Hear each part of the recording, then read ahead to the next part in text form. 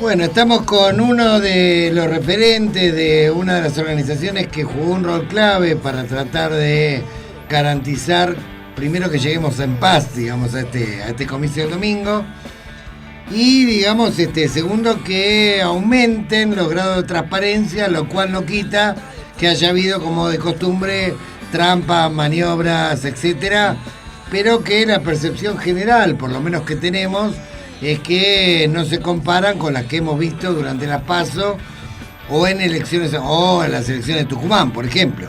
Quisiéramos saber cuál es tu opinión, Claudio. ¿Cómo estás? Buen día. ¿Qué tal? Buen día, ¿cómo están? Sí, tal cual como decís, Gustavo. Gracias por la comunicación. Ha habido mucha conciencia ciudadana, mucha participación ciudadana. Las PASO fue un llamado de atención y Tucumán fue un muestrario diría, transparente de todo lo que puede pasar en una elección y que no queríamos. Por eso en algún momento decíamos, a nadie le conviene, a nadie, oficialismo, oposición, ciudadanos, que haya un nuevo Tucumán electoral en la Argentina, ¿no? Corrieron rumores durante las últimas semanas previas al comicio de que los apoderados de los partidos le habían sugerido a Tulio de la Cámara Electoral la posibilidad de que se hiciera boleta única por categoría de manera impresa, e incluso también se había sugerido un sistema mix donde se habilitara este sistema tradicional que se utilizó el domingo, pero también el sistema de votación electrónica. ¿Vos tenés la misma información? No, lo que se presentó, que desde nuestra red planteamos en su momento, fue la boleta única complementaria, porque en las PASO habíamos tenido una cantidad altísima de denuncias respecto a robo o faltante de boleta. A veces no se entregan en los correos, el correo lo envía equivocadamente o no, lo envía de un municipio a otro, sobre todo en provincia de Buenos Aires, que había elecciones locales, a intendentes y demás. Sí. Y bueno, las ONG presentaron eso, los partidos políticos apoyaron esta propuesta, pero bueno, la Cámara Electoral lo desechó y el director electoral manifestó que no era viable jurídicamente hacerlo en este momento. Pero bueno, digamos que todas estas cuestiones lo reforzar la preocupación, el interés y el desafío de que lleguemos a una elección transparente, ¿no? Bueno, pero justamente a eso voy. O sea, ¿por qué la Cámara rechazó, después del escándalo de Tucumán, habilitar un sistema de elección, por ejemplo, con las boletas directamente cortadas por categoría, que hubiera sido mucho más transparente? ¿Por qué trató de comprometer a todos los partidos a que guardaran silencio hasta las 10 de la noche y después subjetivamente los resultados se extendieron? ¿Y por qué inclusive hubo una negociación de primero damos los resultados de nación y después los de provincia? ¿Te parece transparente la manera en que se condujo el señor Tulio durante todo este comicio? Te lo digo porque la verdad que yo tengo de fuentes inobjetables de Comodoro Pi, de fiscales, de jueces que conocen un poco cómo vienen estos entuertos, y la verdad que la conducta no era demasiado clara respecto a cómo garantizar mayor transparencia durante el comicio. De hecho, el PRO rompe el acuerdo, cambiemos, y a las 6 de la tarde, 7 de la tarde, empiezan a decir cuáles son los guarismos y cuáles son las tendencias que ellos manejaban, ¿no? Sí, ahí hay una cuestión de fondo. Me parece que Tulio trató de cubrir de la mejor manera posible. Por ejemplo, cuando él dice, no es fraude el incendio de urnas, la quema de urnas. A ver, técnicamente él tiene razón porque es un delito electoral y demás. Ahora, ¿te imaginás que en un contexto de Argentina eso es un flagrante delito, inevitablemente una situación de fraude? Cuando él plantea que la presidenta, cuando es invitada a L'Oreal, por ejemplo, que no es un acto de campaña porque no es un acto público, sino un acto privado donde estaba con el candidato a presidente, la verdad que técnicamente tiene razón, pero sabemos que eso que técnicamente es razonable tiene ciertas dificultades. Ahora, ¿cuál es el problema de fondo en todo esto? Que la Dirección Nacional Electoral responde al gobierno de turno. Entonces Tulio digamos, responde el ministro de Justicia, que me responde la presidenta de la Nación. Esa es la cuestión de fondo que hay que cambiar. En el mientras tanto, algunas cuestiones fueron propuestas de las cámaras. En realidad la Cámara de los Apoderados les pidió dos cuestiones que era lo que nosotros veníamos trabajando. Por un lado, que no salgan a atribuirse triunfos adelantados, y por otro lado que no salgan a denunciar una situación fraudulenta sin tener las pruebas. Y luego es el tema de la demora de la carga de datos, que es bueno decir también que es una cuestión que maneja un privado como es Indra en una licitación directa, sí, con mucho dinero, y que eso depende del Poder Ejecutivo Nacional. De nuevo, dentro de la elección, ahí la Cámara Nacional Electoral no tiene ni arte ni parte. De nuevo, en una elección nacional y en la información que los argentinos se llevan a la noche a dormir o a la madrugada si son más interesados, no tiene intervención la Cámara Nacional. Estas son las cuestiones que hay que cambiar, claro, necesariamente, porque la verdad que hubo mucha presencia ciudadana, mucha participación de los medios, mucha mirada, mucha precaución de todos, pero la verdad que una jornada electoral se tiene que vivir con alegría, con distensión, no en un clima de lupa permanente y de sospecha permanente. No nos hace bien, más allá que el resultado, a pesar que hubieron denuncias, a pesar que hay cuestiones que hay que solucionar y hay que reformar, fue razonable en el terreno de la transparencia, ¿no? Sí, porque aparte había un mito en la provincia de Buenos Aires, es que si no ganabas por una diferencia de 6 o 10 puntos, era absolutamente imposible de bancar al oficialismo. Y sin embargo, esta vez con el sistema tradicional, por una diferencia menor a los 5 puntos, esto pudo ser posible. Claro que obviamente colaboró el fuego amigo, como diría Aníbal Fernández, pero ¿en cuánto influyó, digamos, Tucumán, y cuánto influyó todo el trabajo fuertísimo que hizo la Red Ser Fiscal? Estamos hablando con Claudio Bargacho, referente de la Red Ser Fiscal, pues te dije Claudio, pero los oyentes, digamos, están tratando de adivinar quién sos. Se trata de uno de los referentes de esta red que ha tratado de, hace bastante tiempo, de garantizar, digamos, que se termine el fraude en la Argentina y que avancemos hacia sistemas más desarrollados y con mayor transparencia.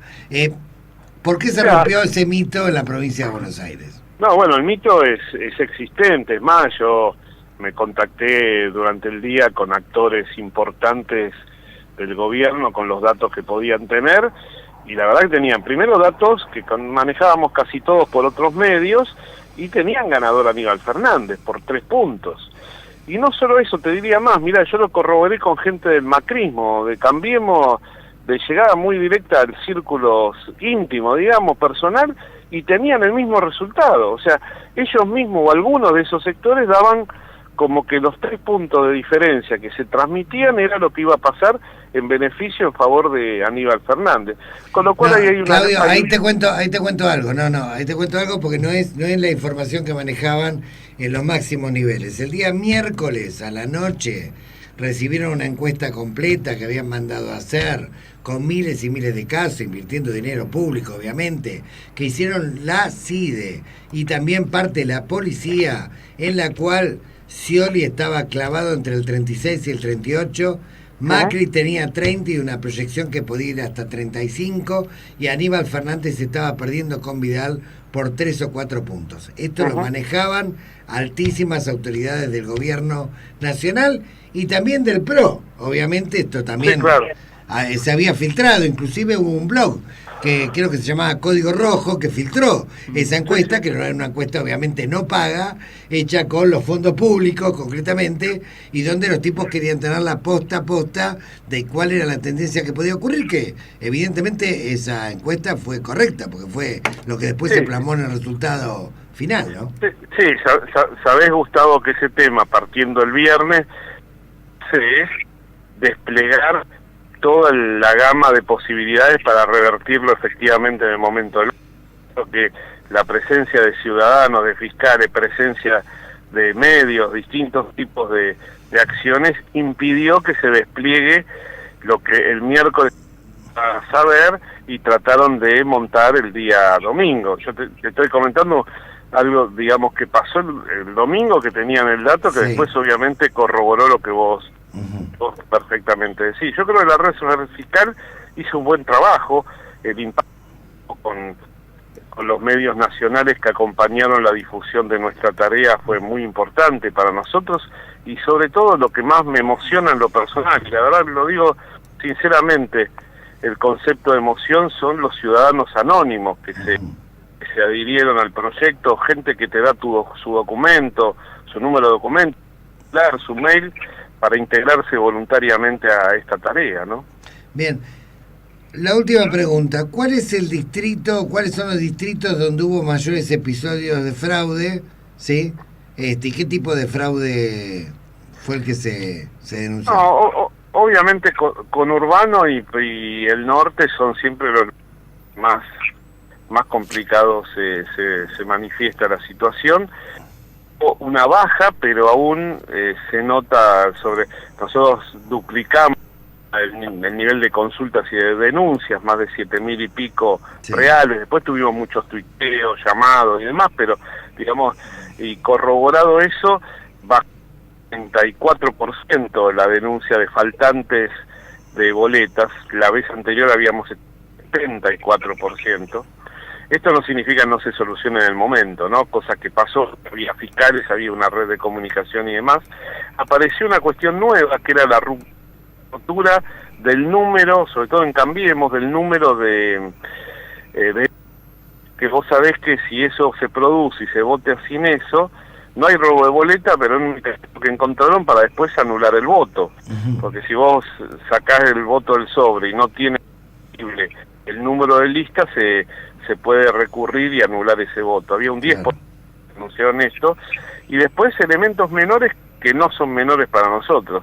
Los que siguen en los padrones, a pesar de tener 20 años, por ejemplo, hubo gente que le pedimos, fueron con el certificado de defunción a la mesa, otros que votaron, o ciudadanos que aparecieron cuando fueron a votar, inclusive uno de los medios, Clarín, sacó una nota en La Plata de un ciudadano que fueron a votar y resultó que le dijeron usted ya votó, digamos, ¿no? El tema de la sustitución de identidad, claro, que se da 2%, 3%, pero fíjate, Gustavo, que en una elección muy ajustada eso te puede dar vuelta un padrón, ¿no? No, por supuesto, por supuesto.